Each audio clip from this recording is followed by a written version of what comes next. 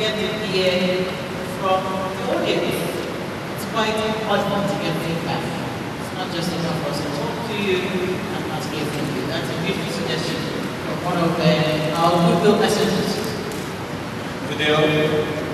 Your Excellencies here present. My name is Ivan Nolan. I'm sorry I'm not dressed since I have to present my name.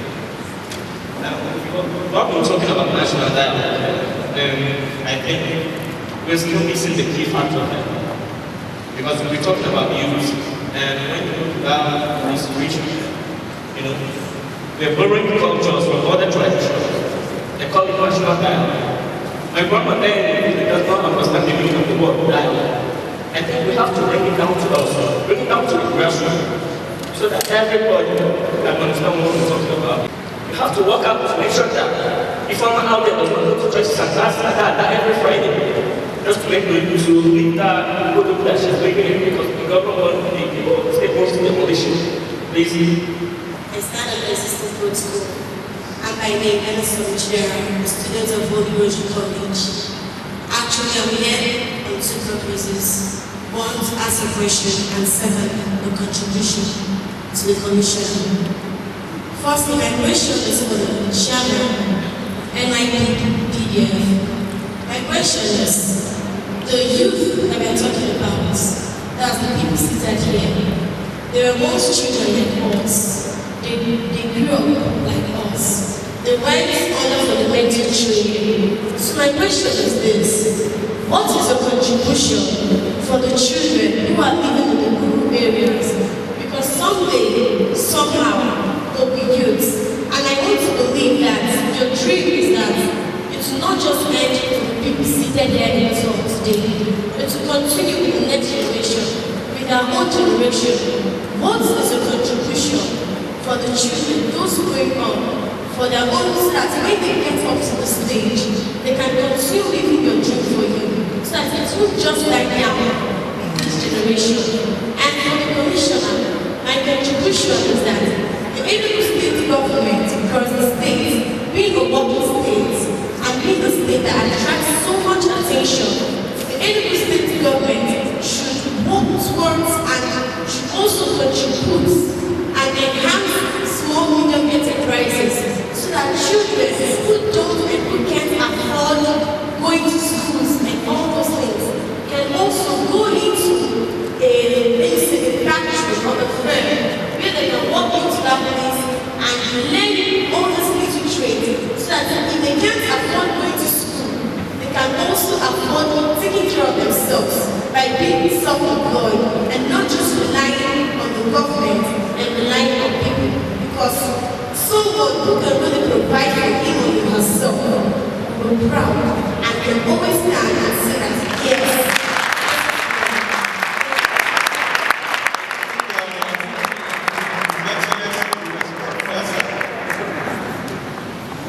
Well done.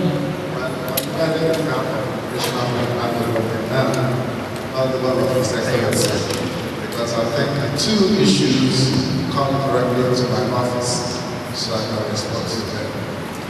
For the past 3 days, I've had occasion to go to various youth forums, groups, and my message was simple, that we have to build the human capacity of the youth of Enugu State, such that there is sustainability of the achievement of His Excellency. So, in reality, starting from Tuesday next week, we have a 6-day program at the Cooperative College, and that program is named actually by exploring the announcement central churches. And announcements are going on in various radio stations, including Radio Nigeria. The purpose of that program is that we are bringing men and women and people from various local governments on available resources that can help them start small and medium-scale enterprises. There is the Enugu State have made that capital in the Bank of Agriculture, totally 1 billion naira. And we want to explain to our people better technologies and processes of accessing those those funds so they can go into productive ventures. There is also fund in the Bank of Industry which also have made accountable fund and there's not been done right.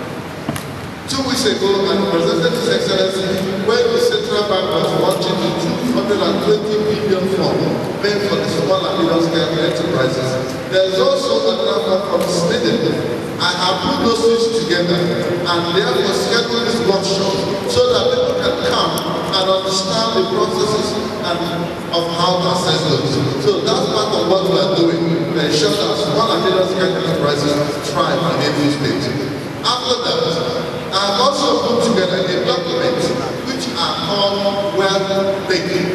That document articulates various opportunities we have, including these ones I mentioned, including the ones in Bible ministry, in the Ministry of Agriculture, in several, including product, whatever we think there is a availability of resources.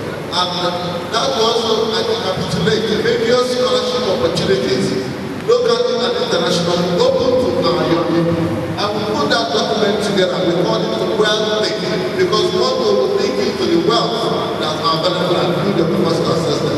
And what we are doing is that from March, we are going from development center to development center, going to 57 development centers in every state, holding workshop face to face with the youths in each of the development centers. It would have been easy for me to ask them to come to you or to go local government by local government, but I decided to go to the very rural areas because I take into account that some of the people may not even have the money to transport long distances.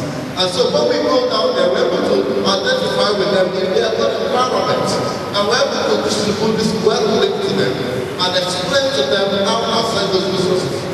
And in addition, we are going with some people who have life testimonies, who can share with them how they started from nothing or little and have been able to become successes. We will, in turn, after this program, set up small consultancy team, currently at the SNB or an office for this, where those people who have identified what they want to do, but do not know how to run business plan can come. And those young professionals that are talking to me will help them prepare the business plans that will enable them to get to access those. If we are able to access the over 6 million, I'm sure it will make a difference in the lives of the rural communities. God bless you. We will do that. This program is one of the surest way we can reorientate the minds of people. Whether you like it or not, we have been engaging people. I will also talk about the Nigerian Young Professionals Forum, which is barely 2 years. But I can talk about the 19 Young Professionals, what we are doing with the 19 Young Professionals, which is going to 3 years now. We've been educating our people on the happenings, what is going on in the society, what's going on in the country, social crisis, enlightenment, awareness, exchange programs. We've done quite a lot. You can check our activities on the internet on www.nybnigeria.org.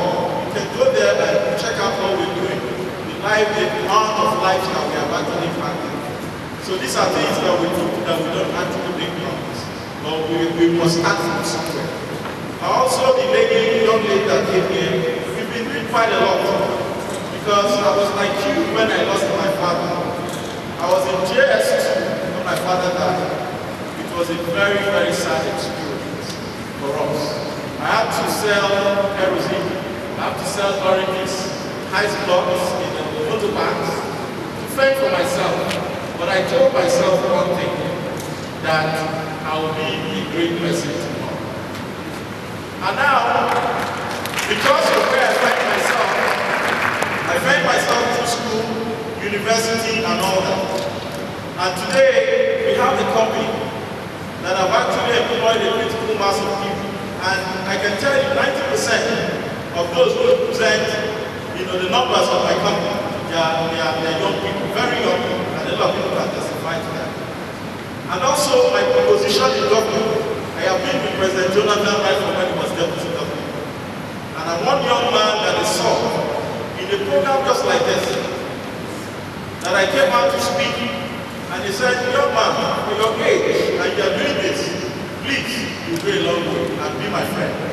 today I've maintained that relationship. I'll tell you why. What we have done with young people, in Bayelsa State, for example, where I come from, we selected young Nigerians, young people from the state. Well, their parents are farmers, fishermen, but they are very intelligent. We organized exams in all the local governments for them, and we picked 3 at each local government, and we made it 100. The local government got some numbers, the state level got some numbers, and nobody influenced that process. These are children that their parents are fishermen, their parents are farmers. What did we do? We brought them out from those localities and sent them to Dowen College, Vales College, Turkish International School. We spread them around Nigeria. Let them go and study with those children that are privileged. And they went there. After 6 years, I actually ensured that I monitored that process because the president was living as a governor to a vice president. So you will have less attention to them. So I decided to pay attention to that program because I believe so much in that program. So when they finished their education, these were people that when we brought, some of them had never worn slippers in their entire life. Some of them have never seen a car in their entire life. But today the story is different. And we assured them, I told them that I'm not going to abandon them. Recently, last year, they finished their secondary school education. A lot of them were crying. Sir, are we going to go back to our various communities? Are we going to go back to our various villages after having this level of exposure? I said no. That the God that took you to that level will never forget you. And I will always stand by you. So today, as I speak to you, 100 children are in the UK and in the US. You can go and verify. These are programs that we initiated. United Methodist Professionals last year gave award to a little girl who was 7 years and published books, Daniela Jandoko. We gave her an award alongside with the late president, President Jared in Lagos. It was a very big event. And today, we decided to give her scholarship. We got a girl that the mother is a nanny, but she's very intelligent in Delta State. She's under our scholarship. We got a little boy that plays the saxophone in Akwa Ibom State very well. He's under our scholarship. So those are the things we are doing to encourage young people, and we will actually do now. Thank you very much. Very quickly, we'll do the closing prayer, led by Muna Aki. If you're right, quickly, closing prayer. Right hand side. Father, we thank you for today. Thank you for this gathering. Thank you for the deliberations we had today. Thank you for all the speakers that spoke to us today. Thank you for this opportunity to nation here. We pray for the strength to take this to the next level. That we may be inspired by the words we have here today. Put the right foot forward to do our will's will. And the conglomeration of all those individuals will lead to the upliftment of this nation. As the speakers, all the participants in the summit go back to their various locations. We ask for your guidance and protection. Very blessings. This we ask in Christ's name. In the name of the Father, National anthem.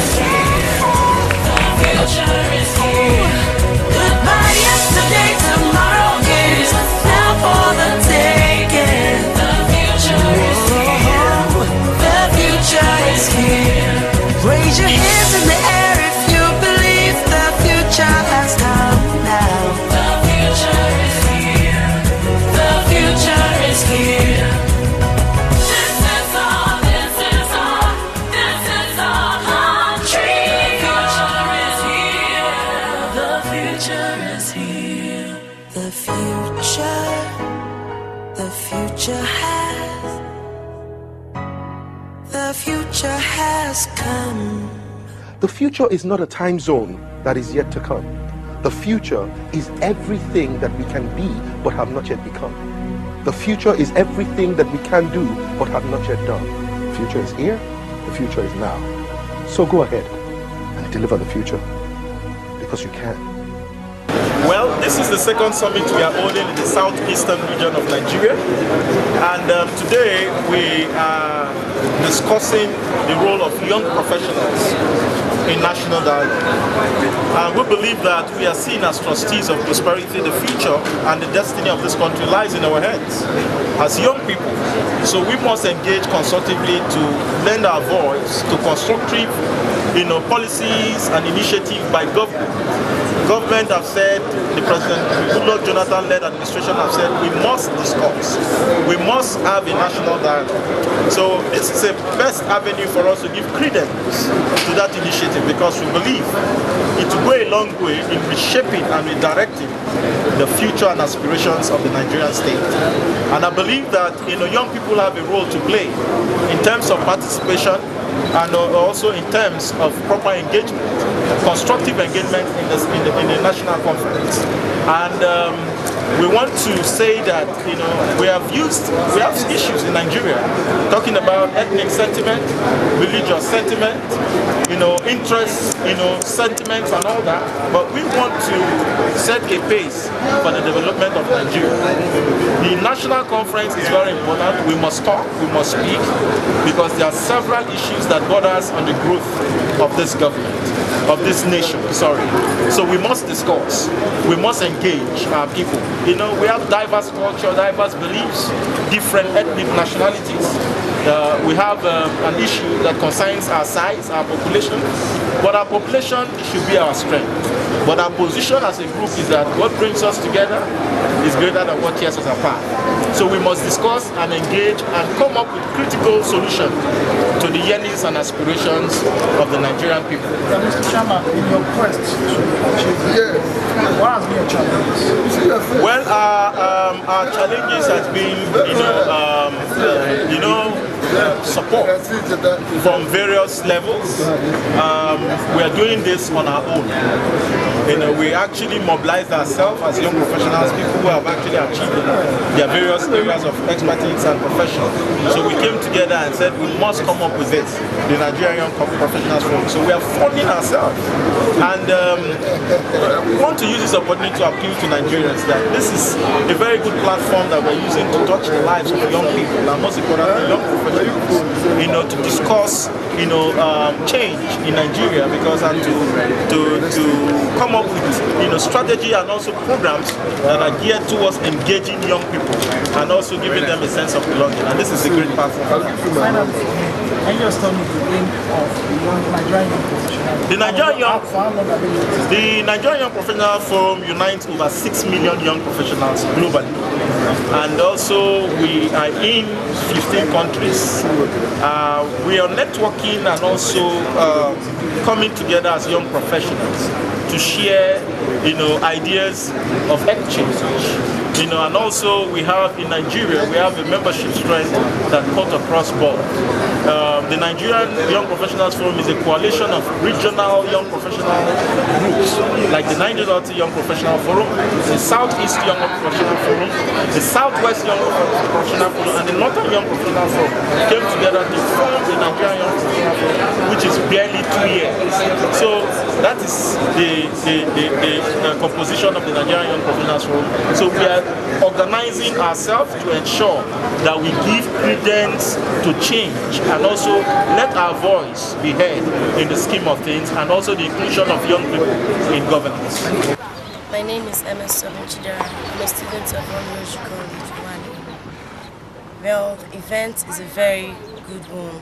Through the event, I learned a lot, and it also taught me some things like about being a youth and how I can participate actively in the growth of our nation, Nigeria, because we as the children of tomorrow are the leaders of tomorrow, and we are the future hope of our country, Nigeria. So it's all talking about calling youth together, bringing them together, telling them about the things they should do, and when they get up to that stage of being politicians in life, how they can contribute positively in the growth of our country, Nigeria, because Nigeria is our country. We are Nigerians. Come rain, come sunshine. My name is Saul Richard. The Nigerian Young Professionals Forum actually held a summit on the role of young professionals in the forthcoming national dialogue. But from all what was said and done here today, it was like giving us tips and giving us ideas and concepts as regard nation building. You understand our nation, how it can be built. And from what the first speaker, the professor said, Professor Ike said, I will take one thing that was highly remarkable to my life of relevance. He said character. He said morals, our morals and our character. How, as we professionals, what will keep us there, what will take us there to that level where the sage is character. I believe Nigeria will get in there. Just like one was said, we should embrace the spirit of Nigerianism. We should engrave ourselves to be Nigerians. And I believe the sky is the limit. My name is Perpetual Eto. It's a very interesting seminar, I must say. I gained a lot, and I'm very glad I was invited. Well, to have the Nigerian spirit, that one really, I'm very passionate about that. I'm holding on to that firmly. I'm not a very patriotic Nigerian, but after today, I'm sure I'm a very patriotic Nigerian. And I'm going to learn to have the Nigerian spirit and to look forward to creating opportunities and being the voice that wants to be heard and not actually just listening to other people. So I'm going to start being the voice that I want to be, and I want people to listen to me eventually.